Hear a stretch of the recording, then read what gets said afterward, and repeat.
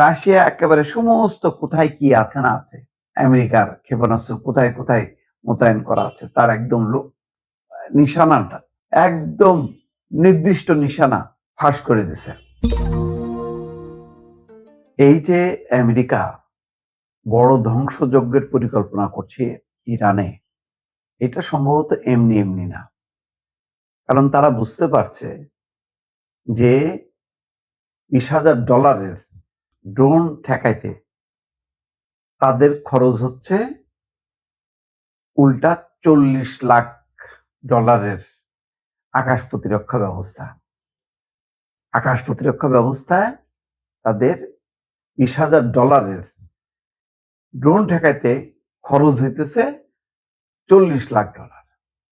এর মধ্যে আর একটা দুঃসংবাদ, সেটা হচ্ছে যুক্তরাষ্ট্রের $30 কোটি দামের থার্ড রাডার ব্যবস্থা ধ্বংস করে দিছে ইরান।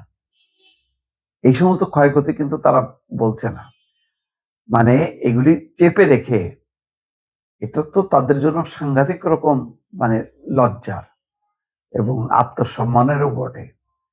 তাদের যে অহংকার, সেই অহংকার একদম চূর্ণ বিচূর্ণ হয়ে যাচ্ছে ইরানের এইসব হামলায়। সেগুলি তারা প্রচার করছে না। এখন এইসব কারণে তারা ভীষণভাবে ক্ষিপ্ত হয়েছে। তারা মোটামুটি তেহরানকে গাজায় রূপান্তর করতে পরিকল্পনা নিচ্ছে এবং বলছে আজ রাতে ভয়ঙ্কর হামলা হবে, দেখা যাক কি হামলা করে। কিন্তু এর মধ্যে যে ঘটনা ঘটছে, পারস্য উপসাগরীয় অঞ্চলে মার্কিন ক্ষেপণাস্ত্র প্রতিরক্ষা ব্যবস্থাকে দিক নির্দেশনা দেওয়ার জন্য অত্যন্ত গুরুত্বপূর্ণ একটি রাডার ব্যবস্থা ধ্বংস করে দিয়েছে ইরান। $30 কোটি মূল্যের এই রাডারটি ধ্বংস হয় ভবিষ্যতে এই অঞ্চলে হামলা ঠেকানোর সক্ষমতা বড় ধরনের ঝুঁকির মুখে পড়তে পারে। মার্কিন এক কর্মকর্তা এমন তথ্য জানিয়েছেন।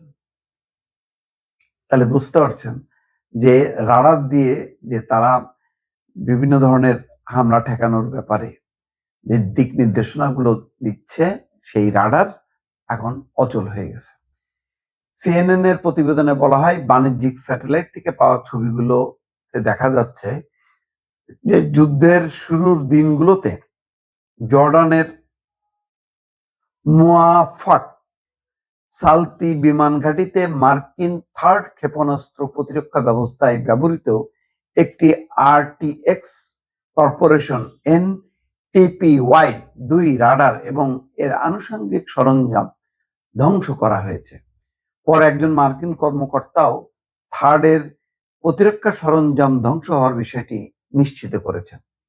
যুক্তরাষ্ট্র ভিত্তিক চিন্তক প্রতিষ্ঠান ফাউন্ডেশন ফর ডিফেন্স অব ডেমোক্রেসিজ এর তথ্য অনুযায়ী জর্ডানে ইরানের 2টি হামলার খবর পাওয়া গেছে।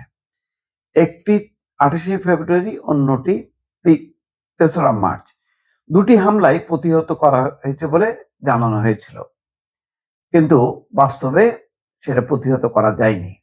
ফাউন্ডেশন ফর ডিফেন্স অ্যান্ড ডেমোক্রেসিজের সামরিক এবং রাজনৈতিক শক্তি কেন্দ্রের উপপরিচালক রায়ান ব্রবস্ট বলেন, যদি ধ্বংসের বিষয়টি সত্য হয়ে থাকে তবে থার্ড রাডারের উপর এই হামলা হবে ইরানের অন্যতম সফল আক্রমণ।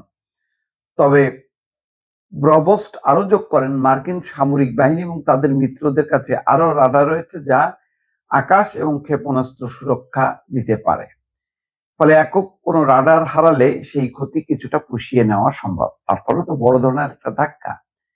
এবং ইতিমধ্যে খবর বের হয়েছে যে রাশিয়া একেবারে সমস্ত কোথায় কি আছে না আছে, আমেরিকার ক্ষেপণাস্ত্র কোথায় কোথায় মোতায়েন করা আছে তার একদম নিশানাটা একদম নির্দিষ্ট নিশানা ফাঁস করে দিছে ইরানের কাছে।